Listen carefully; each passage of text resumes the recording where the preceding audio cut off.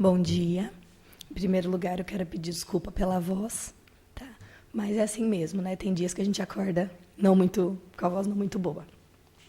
Então, hoje nós vamos falar um pouquinho sobre vias auxiliares para a administração de dietas, tá? Só se a Fábia fizer o favor de apagar essa luz. Obrigada.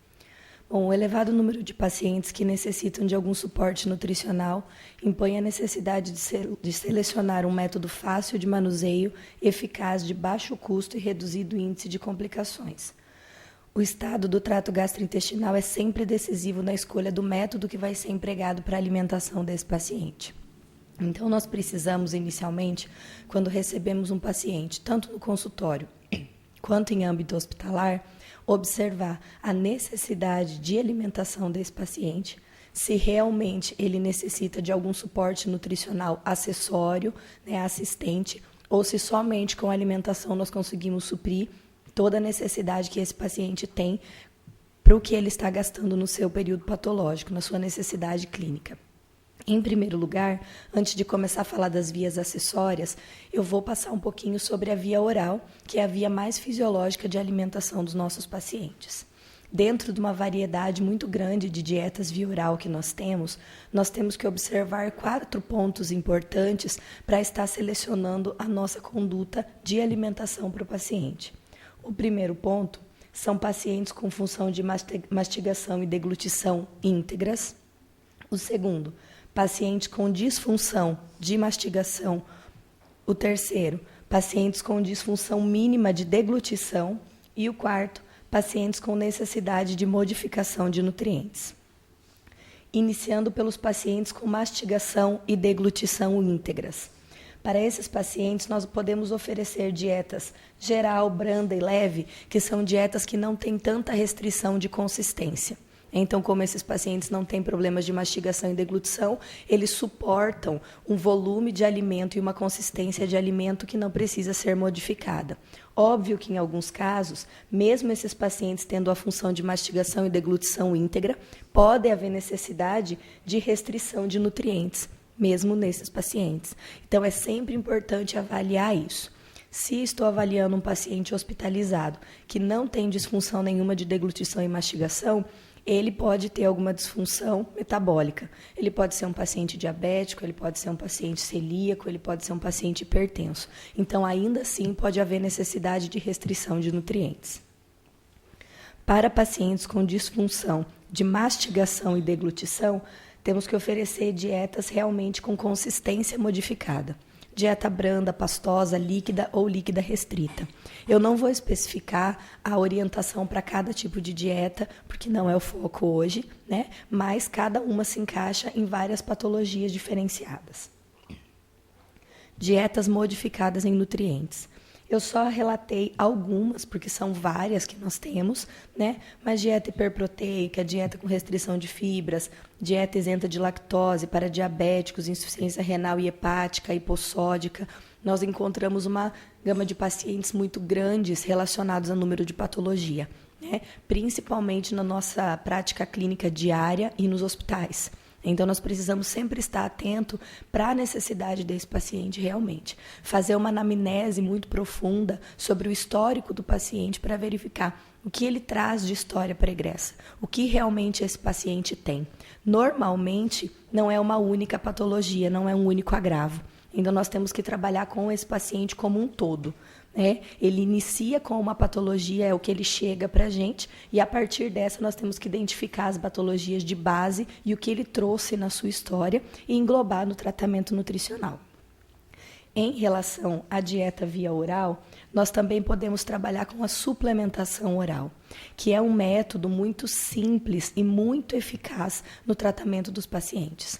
Então, se nós acabamos tendo no nosso consultório ou até no hospital um paciente desnutrido, um paciente pré-operatório que a gente precisa compensar, um paciente pós-operatório que teve uma perda de peso significativa, né? Então, nós podemos ter em mão esse tipo de suplementação oral que vai fazer com que o nosso paciente esteja melhor nutricionalmente e, a partir disso, também tenha uma evolução clínica mais satisfatória.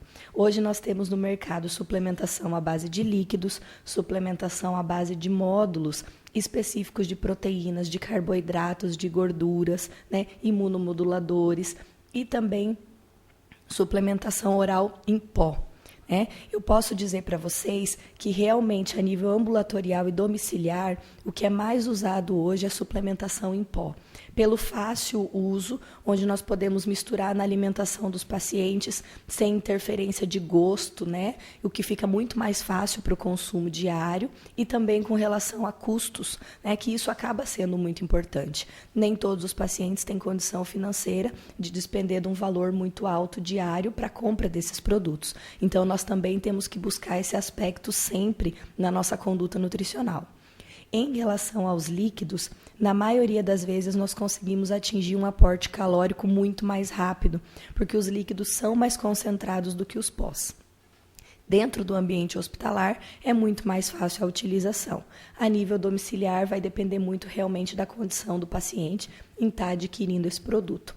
Mas de qualquer forma, independente do que o paciente puder estar adquirindo, nós podemos utilizar de qualquer um desses que nós temos no mercado para poder auxiliar o paciente nas suas necessidades. Terminando a via oral, vamos falar um pouquinho de via enteral, que é onde nós vamos perder mais tempo aqui. Nós temos a RDC 63 de 2000, que é quem rege as normativas para uso de nutrição enteral, tanto em âmbito hospitalar quanto em âmbito domiciliar. Eu só resumi uma partinha dela aqui, porque realmente é uma norma muito extensa. A nutrição enteral pode ser utilizada de forma exclusiva ou como complemento para qualquer paciente que tenha predisposição ao uso. Pode ser utilizada em âmbito domiciliar ou em âmbito hospitalar. Serve para manutenção de órgãos, tecidos e sistemas. Tem como principais indicações ingestão calórica insuficiente.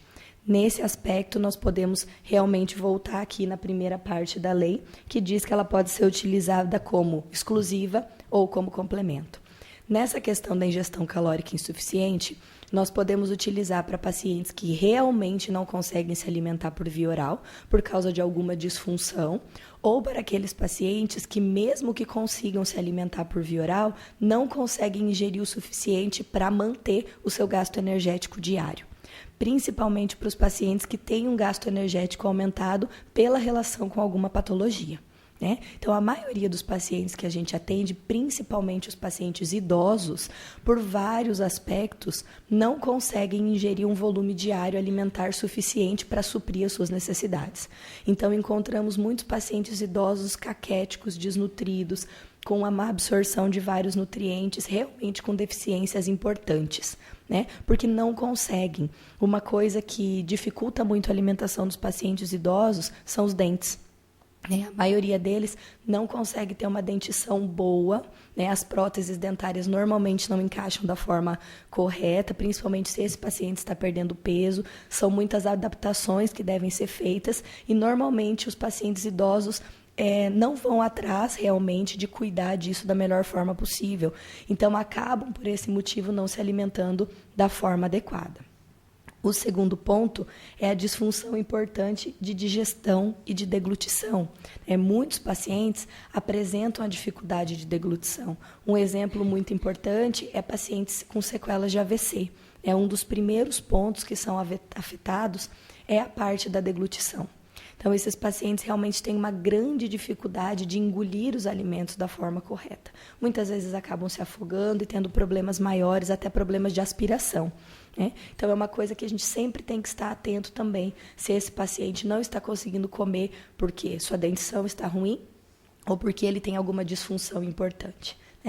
E em questão de digestão, normalmente as disfunções aí são mais tratadas em âmbito intra-hospitalar, porque normalmente surgem por causa de alguma cirurgia, que nós também já vamos estar acompanhando esse paciente e eles necessitam de nutrição enteral como suporte nutricional.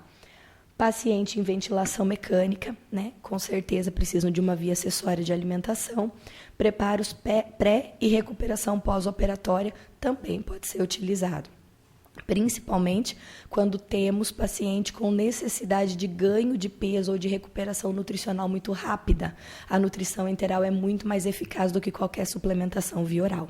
Então, nós conseguimos, nesse paciente, num período curto de tempo, infundir um volume maior de dieta, consequentemente, um volume maior de calorias e um valor proteico maior para esse paciente. Então, nós podemos recuperar o estado nutricional de um indivíduo de uma forma rápida, segura, tranquila. E, hoje em dia, o uso de nutrição enteral domiciliar, ele também é muito fácil. Então, a dieta é de fácil acesso, o cuidado desse paciente é de fácil manejo, então é muito simples mesmo para pessoas com pouca informação fazer esse tipo de cuidado em casa. Com relação à via que nós vamos utilizar para a administração de nutrição enteral, é uma escolha muito individualizada. Esse quadro que eu coloquei aqui é um quadro utilizado para avaliação de qual tipo de sonda nós vamos utilizar para iniciar a nutrição enteral para o paciente. Ele é um padrão, mas é óbvio que o atendimento e a decisão com relação ao tipo de sonda utilizada tem que ser muito bem pensada, como eu já falei, levando em consideração o paciente num aspecto geral, tá? Então, aqui a gente pode verificar que pacientes que necessitam de dieta por menos de 4 semanas, a primeira escolha é uma sonda com posicionamento gástrico, porém, se é um paciente com grande risco de aspiração, nós já optamos pela sonda pós-pilórica. Se esse paciente tem um período de maior de 4 semanas na utilização, a gente já vai direto para a sonda pós-pilórica. O que a gente observa é que a sonda passada por via naso, ela realmente incomoda muitos pacientes, principalmente se esse paciente vai utilizar em casa, né? No hospital, eles costumam não reclamar tanto, mas em casa eles se incomodam muito, machuca a garganta, tem uma leve irritação no nariz. Então, em pacientes que realmente vão precisar utilizar a nutrição enteral por muito mais do que 4 semanas, o mais indicado realmente são as ostomias.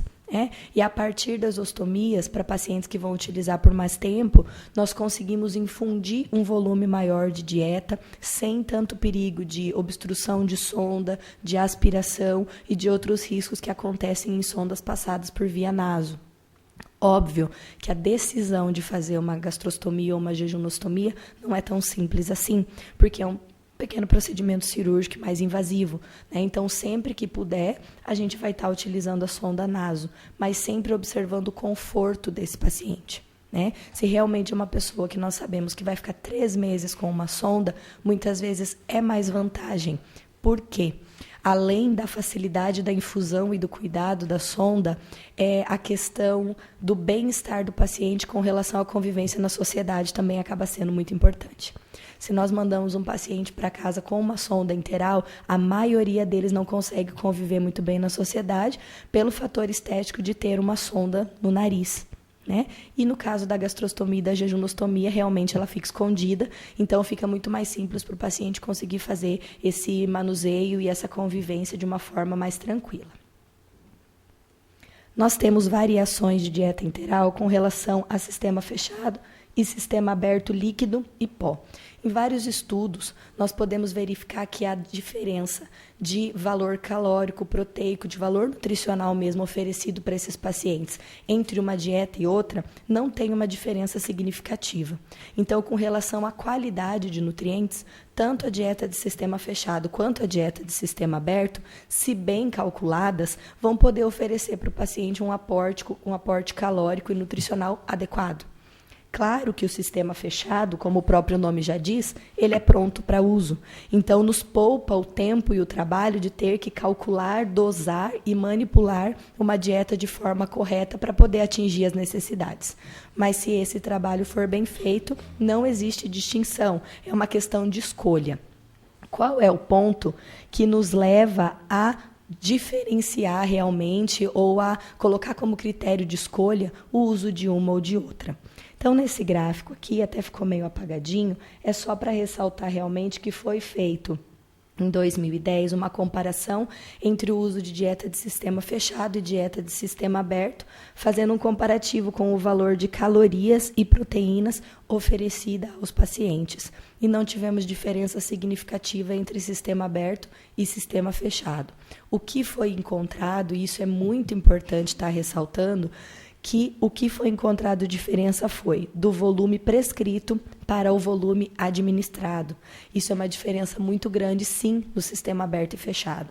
Porque como o sistema fechado já vem com o valor padrão, 500 ml ou 1.000 ml na bolsa, até não finalizar aquele volume, nós não vamos parar de correr. E como o sistema aberto tem uma validade menor durante o dia, então o sistema fechado tem validade de 24 horas, um sistema aberto líquido tem validade de 12 e pó tem validade de 6 horas na infusão. Então, como a gente tem que trocar essa dieta mais vezes no dia, muitas vezes os intervalos entre uma dieta ou outra são utilizados para outros procedimentos, o que acaba nos prejudicando e defasando o volume que nós conseguimos passar para esse paciente. Então, essa diferença acaba sendo muito importante. Outro aspecto com relação à dieta de sistema aberto e fechado é o preparo. Com certeza, a dieta de sistema fechado nos dá uma garantia de qualidade microbiológica e contaminação muito maior, porque ela é estéril, nós não manipulamos, e o erro humano acontece. Mesmo que exista treinamento, mesmo que exista cuidado, mesmo que existam protocolos, nós sabemos que o erro humano pode acontecer. E esse erro humano é a contaminação, né? Então, aqui nesse estudo, nós temos alguns aspectos analisados com relação a armazenamento de materiais, a água utilizada para a preparação dessa dieta, a manipulação dessa dieta, o transporte. Todos esses aspectos têm que ser analisados quando se trata de uma nutrição enteral de sistema aberto. E esses cuidados são utilizados pelos nossos pacientes em casa. Porque para âmbito domiciliar, nós praticamente não indicamos dieta de sistema fechado realmente pelo custo. São poucas pessoas que têm condições de estar utilizando uma dieta de sistema fechado. Então, o sistema aberto é a melhor indicação. Então, a orientação inicial que tem que ser dada, e principalmente, é com relação ao manuseio. Porque, em muitos casos, as pessoas manuseiam de forma inadequada, com pouco cuidado, e nós acabamos, ao mesmo tempo que tentando nutrir um paciente com um volume calórico, fazendo com que esse paciente acabe desenvolvendo um quadro de diarreia por causa de contaminação e perdemos tudo que conseguimos infundir. Então, esse cuidado acaba sendo bastante importante. Em um estudo realizado em 2008, foram observados análises de dieta de sistema aberto em 3 hospitais, e de todas essas análises, foi conseguido encontrar contaminação acima do valor estipulado pela RDC 63 de 2000. Né? Então, aqui a gente consegue observar que existem valores mínimos de contaminação aceitos, mesmo porque não tem como a gente manipular uma coisa estéril, né? Mas esses valores mínimos foram excedidos, mesmo tendo um protocolo de cuidado dentro do hospital. Então, isso é de muita relevância, principalmente quando nós tivermos um paciente em mãos que já tem um quadro séptico, que já tem um processo infeccioso presente. A escolha da dieta nesse momento também é importante. Se eu tenho um paciente com esse quadro e preferir uma dieta de sistema fechado, é um risco a menos que eu apresento para o paciente. Então, também é importante se observar esse aspecto. Outro aspecto muito importante é a infusão dessa dieta. Independente se a escolha for sistema fechado, for sistema aberto, a infusão é um ponto primordial para que nós tenhamos resultado para o paciente. A infusão pode ser contínua ou pode ser intermitente. A contínua, como o próprio nome já diz, não tem intervalo. Ou nós iniciamos às 8 da manhã e vamos até meia-noite, com infusão de 18 horas, ou para alguns pacientes, principalmente os que têm maior possibilidade de aspiração, procuramos dar um intervalo da meia-noite às 6 da manhã, que é o período que o paciente realmente vai ficar mais deitado, né? Mas no período que estiver infundindo, é contínuo. E o intermitente são as infusões de 3 em 3 horas, de 2 em 2 horas, que nós fracionamos o volume para o paciente. Quais são as diferenças, as vantagens e as desvantagens? A nossa sequência de evolução, de objetivo, funciona da seguinte forma.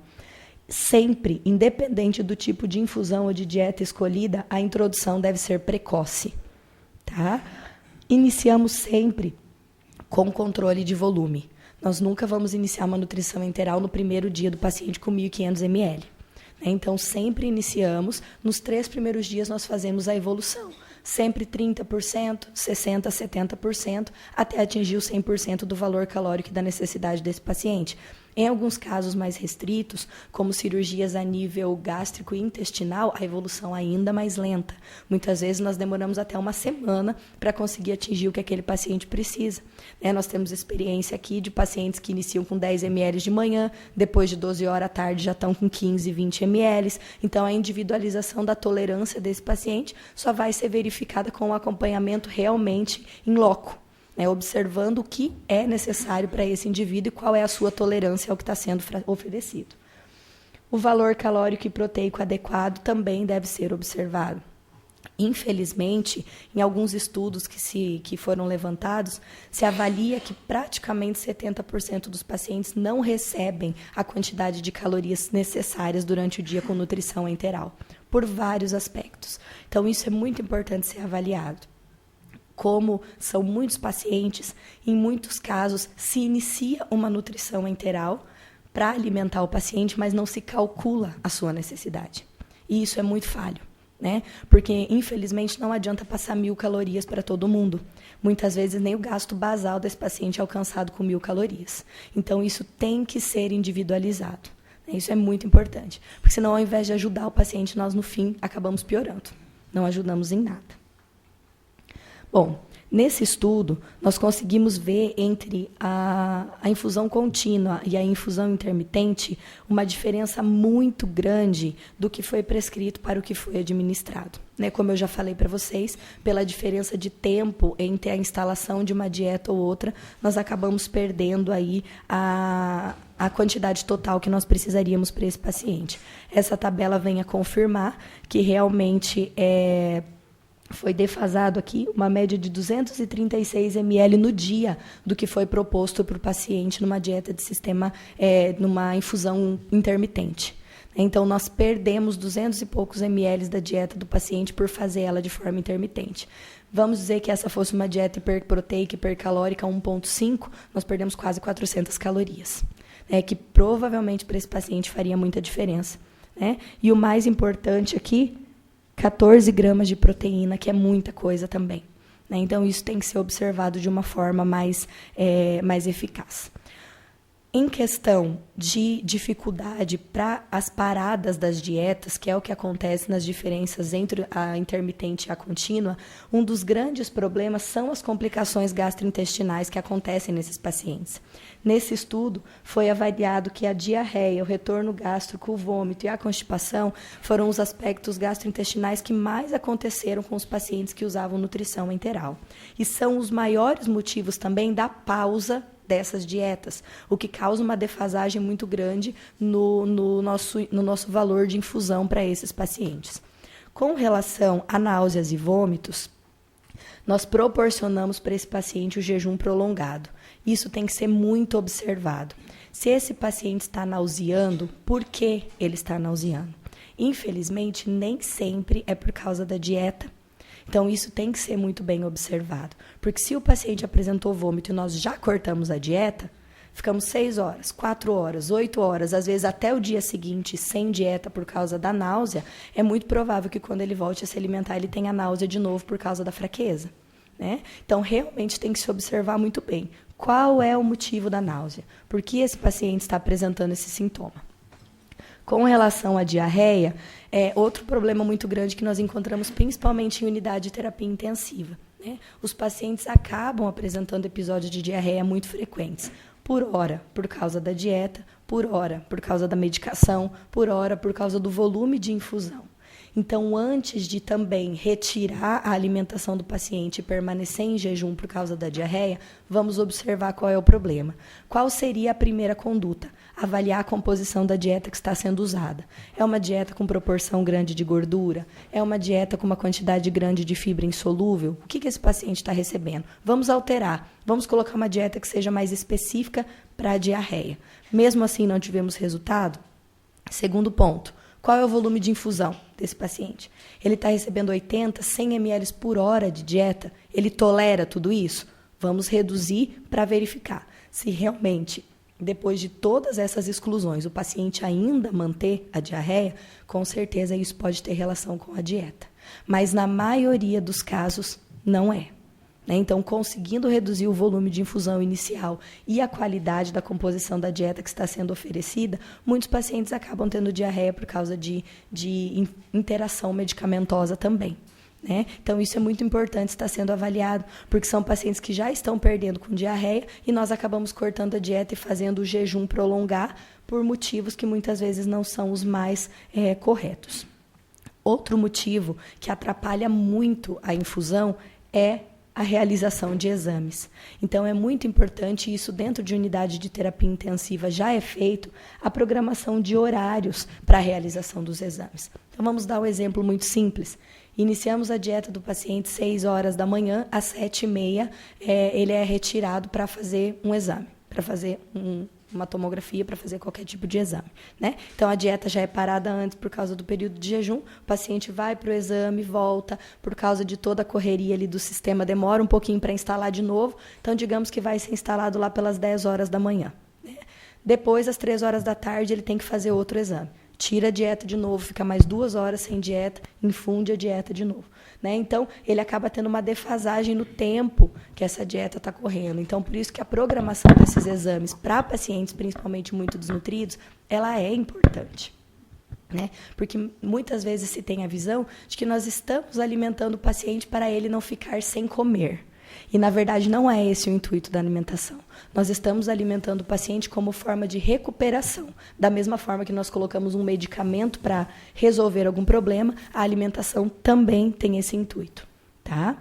E mais um ponto importante para ser levado em consideração com relação à nutrição parenteral e a sua forma de infusão contínua ou intermitente, nós temos que observar o seguinte: a forma contínua, independente de se for em bomba ou se for só com controle de gotejamento, ela acaba sendo mais vantajosa porque nós conseguimos fracionar um volume menor de administração para o paciente num tempo menor também. Então, se esse paciente estiver recebendo 1.000 ml em 24 horas, nós vamos ter um gotejamento de 44 ml hora. Se ele estiver recebendo isso em 18, 63. Se nós fizermos de forma intermitente, de 3 em 3 horas, esses 63 ml hora vão ter que ser concentrados em uma única infusão. Então, esse paciente vai receber 180 ml a cada 3 horas. Por mais que isso seja feito de uma forma lenta, é uma sobrecarga. Então, nós temos realmente que prestar atenção nesse cuidado e, sempre que possível, fracionar isso de uma melhor forma, porque os ganhos para o paciente são muito maiores. Um dos aspectos que eu não coloquei aqui, mas que são muito visíveis na prática clínica, é a distensão abdominal. Então, o paciente que recebe um volume de infusão maior num período menor de tempo, ele acaba fazendo uma distensão abdominal muito importante, o que nos leva a parar para pensar aquele motivo, mais um motivo de investigação, mais exames e mais todos os processos. Quase acabando, pessoal, a última via, essa é mais rápida. Via parenteral, nós precisaríamos só de uma aula para falar de nutrição parenteral, então eu vou falar um aspecto muito rápido dela. É uma solução estéril de nutrientes infundida por via endovenosa, de forma com que o trato digestivo fique totalmente excluído do processo nesse tipo de alimentação. Então, nós utilizamos na impossibilidade da utilização do trato digestório.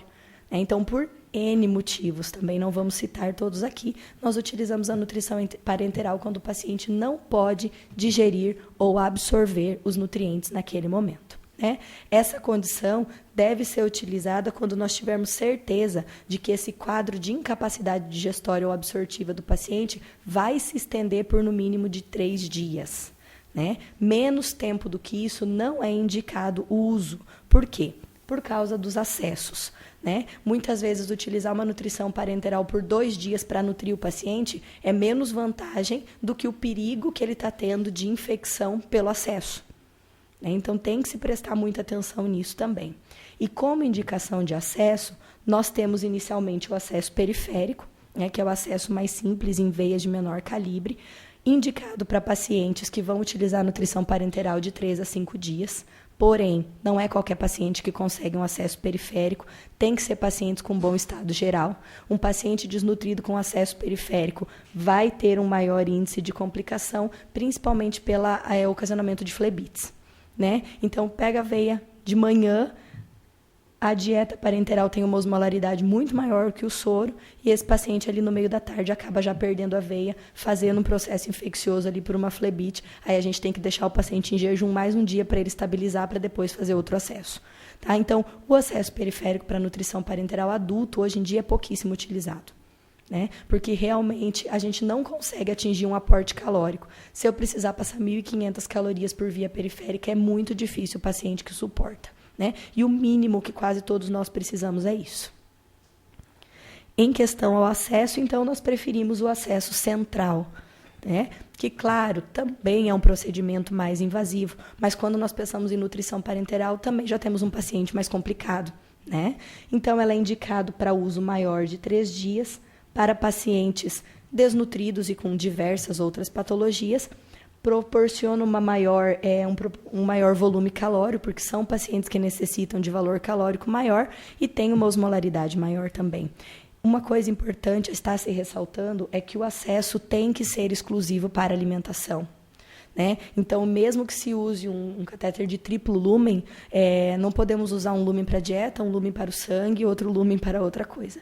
Né? A dieta parenteral, como a sua composição é de nutrientes muito hidrolisados, a interação com drogas, a interação com outros compostos é muito grande. Então, realmente, esses pacientes podem ter reações importantes mesmo, edema de glote, reações adversas pela interação desses nutrientes. Então, o acesso de parenteral ele é extremamente exclusivo. Isso é importante estar ressaltando. Tá? Em questão de composição, a nutrição parenteral padrão já é composta de glicose, aminoácidos e uma emulsão lipídica formada de ácidos graxos. Dependendo da qualidade da dieta, se é industrializada, se é individualizada, nós vamos poder ter ômega 3 e outros ácidos mais específicos.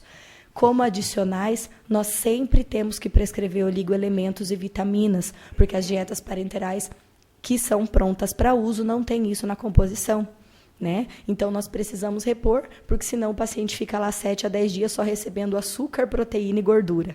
Né? E nós precisamos repor minerais para ele também, que são os oligoelementos e as vitaminas. Sempre lembrando que, quando possível, mesmo a individualização da nutrição parenteral é o mais indicado, e a progressão, como da nutrição enteral também. Então, nós não podemos pegar um paciente, um exemplo, um politrauma que demorou 3 dias para estabilizar, porque a gente não pode iniciar uma nutrição enteral com o paciente todo hemodinamicamente instável, porque ela vai desestabilizar mais ainda o paciente. Então, esse paciente ficou em jejum 3 dias. Quando nós iniciamos a nutrição parenteral, a gente inicia com 2.000 ml. Nós não podemos fazer isso. Nós vamos causar nesse paciente uma síndrome de realimentação, que vai desestabilizá-lo hemodinamicamente mais ainda. Então, como na nutrição enteral, nós também começamos com um volume menor, tanto de volume quanto calórico. Né, para observar a necessidade desse paciente e a sua aceitação. E no caso da nutrição parenteral, o acompanhamento laboratorial se torna imprescindível. Né, porque realmente ela é uma dieta de absorção imediata, os nutrientes já estão hidrolisados e esse paciente vai ter uma resposta imediata daquilo que está sendo infundido. Né? Então, tem que ser observado diariamente um controle de eletrólitos, um controle de glicemia. Isso é muito importante, porque o paciente está recebendo glicose em grande dosagem. Né? Então, a maioria dos pacientes acaba fazendo hiperglicemia e a maioria das nutrições parenterais tem que ser acompanhada do tratamento insulínico também, né? Para conseguir compensar, e principalmente em pacientes diabéticos. Se ele é diabético, a gente não tem como tirar a glicose da composição da dieta. Nós temos que compensar com a insulina. Né? Então, tudo isso aqui tem que ser observado realmente e ter um acompanhamento muito rígido em cima. Vantagens e desvantagens. Na parenteral, nós temos uma oferta maior de nutrientes de forma mais fácil e a rapidez da absorção, como eu falei, é imediata. Lembrando também que a maior vantagem é que, em alguns casos, o paciente realmente não tem como se alimentar de outra forma. Então, ela é um presente para a gente, né, para esse tipo de paciente. Principalmente os pacientes com obstruções intestinais e todos os problemas em âmbito intestinais que impossibilitariam a absorção dos nutrientes. Então, a gente não tem outra forma de escolha. Com relação a complicações, nós podemos ter complicações mecânicas, pneumotórax e flebites infecciosas, com relação a sepses, que são praticamente todas relacionadas à infecção de catéter, tá? complicações metabólicas, como eu já falei, hiperglicemia e atrofia de vilosidades, que é um dos problemas que nós mais trabalhamos na nossa prática clínica, né? O paciente faz uso de nutrição parenteral, como no primeiro slide diz, o sistema digestório é totalmente excluído desse processo, então, nesse momento, o intestino fica em repouso. As vilosidades acabam sofrendo uma atrofia. Quando nós iniciamos outra conduta de alimentação, ou enteral ou parenteral, a maioria desses pacientes ainda não consegue absorver em 100% da sua capacidade e também a maioria acaba fazendo uma diarreia. Então, nós precisamos, na transição da parenteral, nunca tirar a parenteral de uma hora para outra. Decidimos optar pela retirada da parenteral, iniciamos ou uma enteral ou uma oral com pequeno volume em associação, pelo menos por uns 2 dias até o paciente ter uma readaptação intestinal, ter um aporte calórico suficiente pela outra via, aí nós retiramos a parenteral. Só para finalizar, uma coisa muito importante que eu quis dizer aqui com essa foto é que a equipe multidisciplinar de terapia nutricional, formada por médicos, nutricionistas, enfermeiras, farmacêuticos, fisioterapeutas, psicólogos, fonoaudiólogos, né, é muito importante no atendimento desse paciente. Em todos os estudos avaliados, nós conseguimos ver que mesmo com toda a equipe, o paciente ainda não recebe o suficiente. Se a equipe não estiver presente, se for só um profissional responsável, nós praticamente não conseguimos atender esse paciente da forma correta, simplesmente atendemos. Então, o trabalho em equipe em todas as áreas, mas principalmente nessa, é fundamental. Não é uma questão de escolha, é uma questão de necessidade. Tá? Muito obrigada. Desculpa o atraso.